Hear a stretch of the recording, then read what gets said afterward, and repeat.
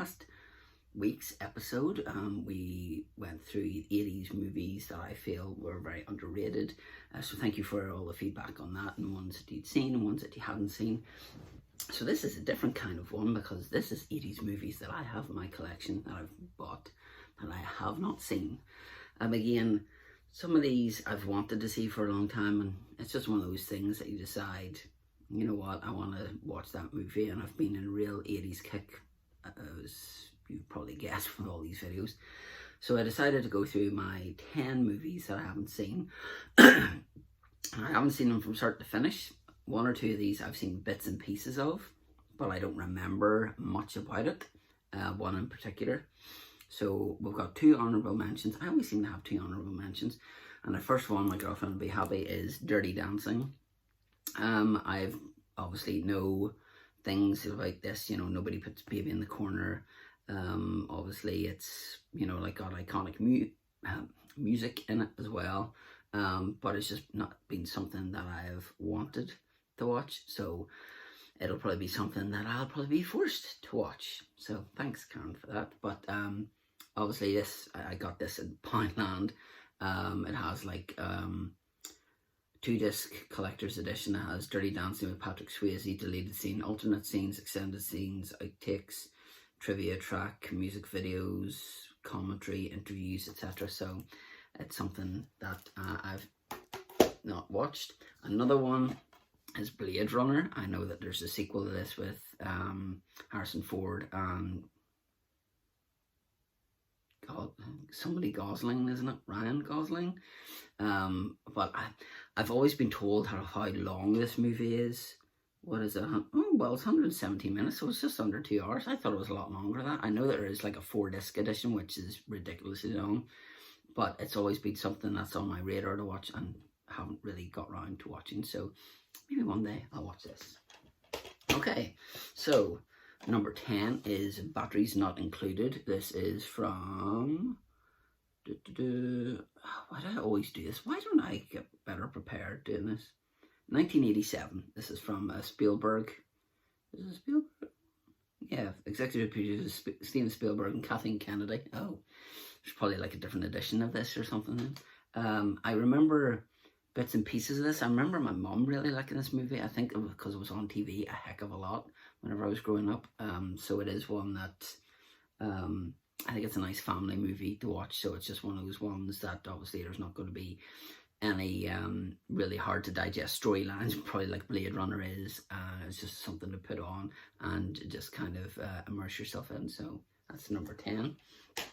Number 9, I'm Sorry, Simon. I've seen bits and pieces of this, which is Edward Scissorhands.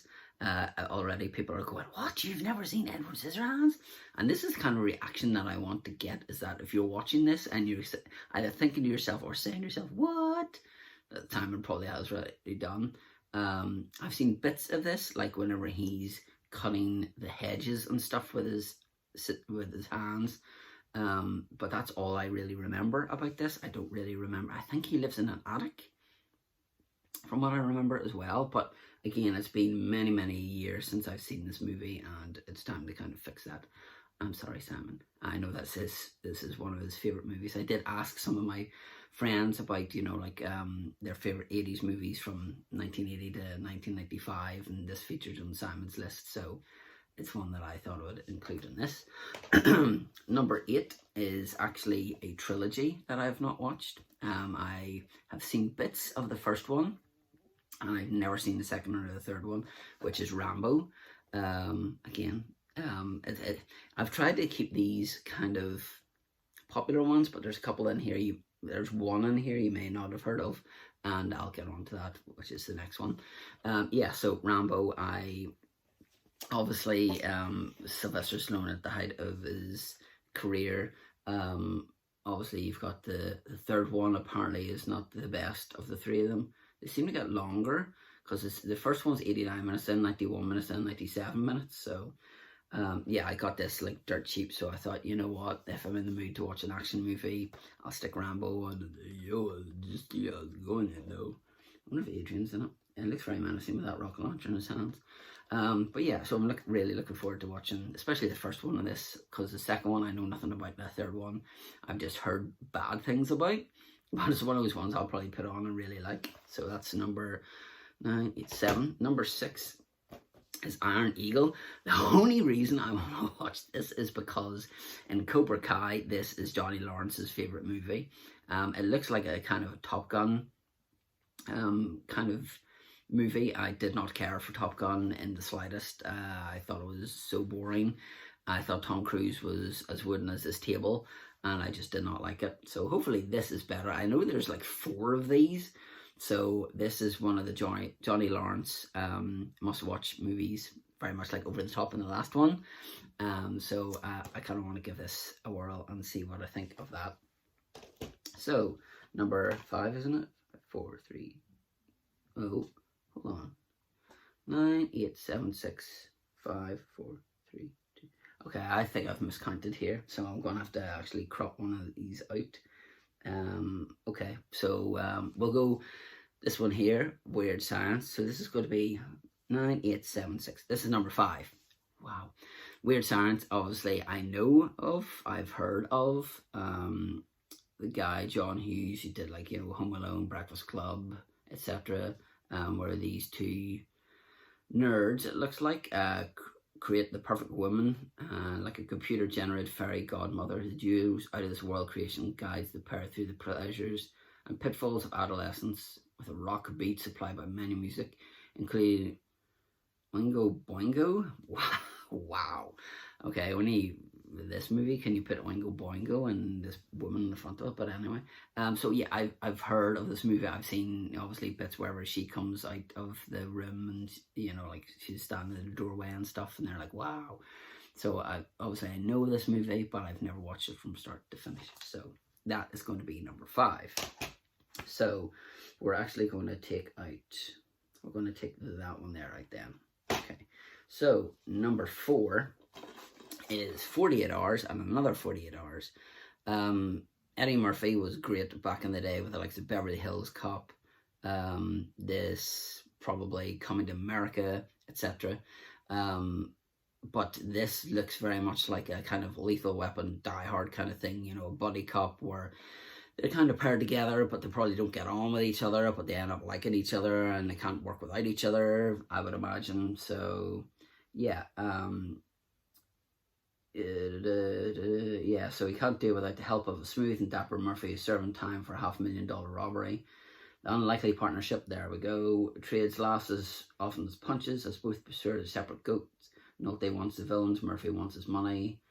Watch for Murphy's hilarious scene in the bar. You'll want to see it again and again. Fair enough. So looking forward to watching this one's there. So that's number 4. Number 3, again, I've heard things of this to do with Turning Up to 11, which is This is Spinal Tap. I know this is like a mockumentary, because I think it's Hank Azaria. No, not Hank Azaria.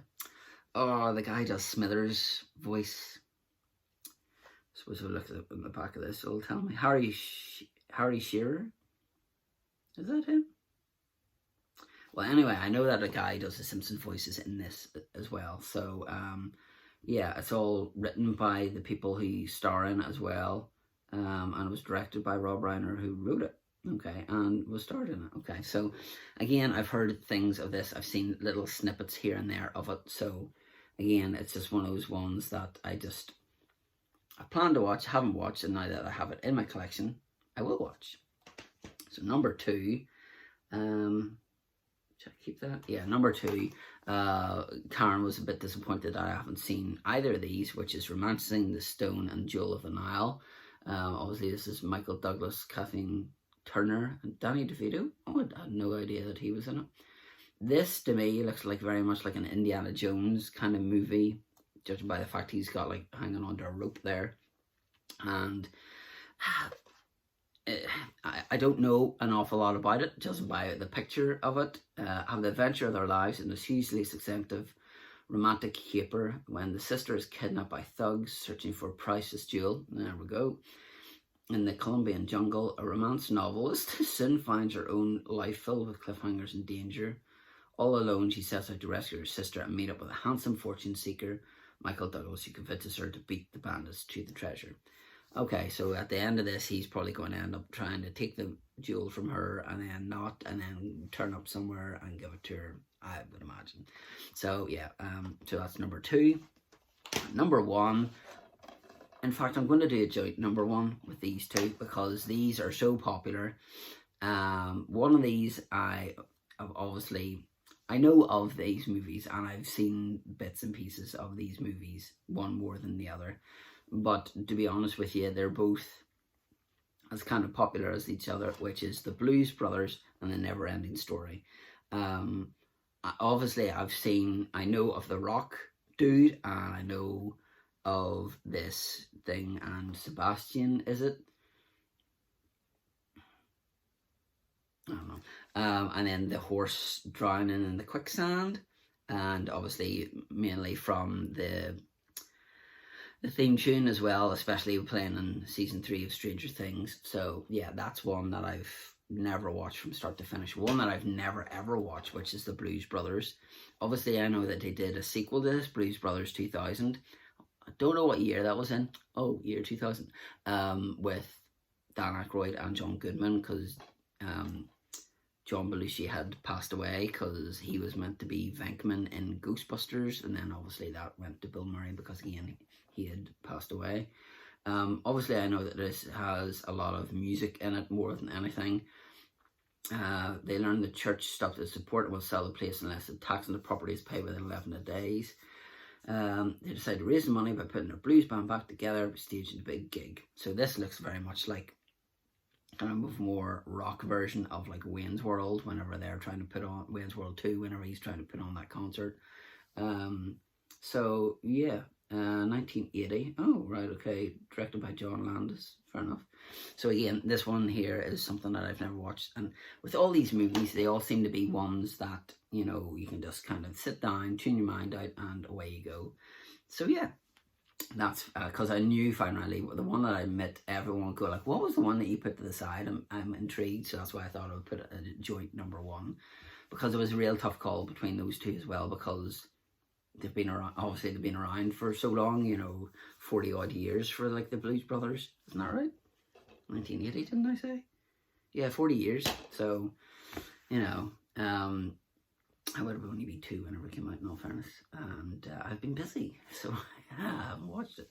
So yeah, so that is basically my top 10 movies that I haven't seen that go for the 80s. Is there a movie here that you haven't seen, or are you kind of appalled of a certain movie on this list that I haven't seen?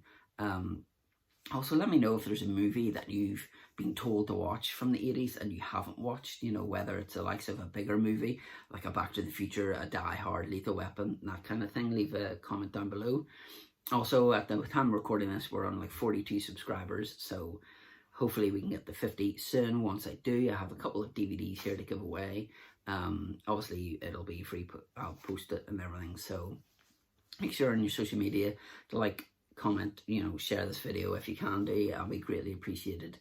And I appreciate all the subs and the comments as well. I'm really enjoying doing these videos, and I hope that comes across in these as well. I don't know why my hand's going like this.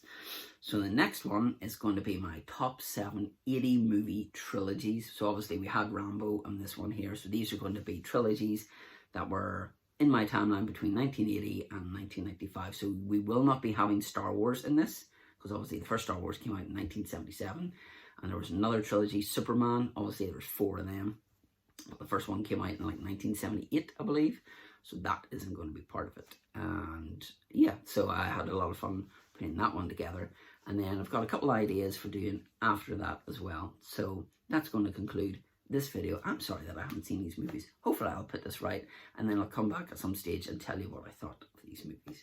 So yes, that's going to do it for me. Thank you very much for watching, and until next time.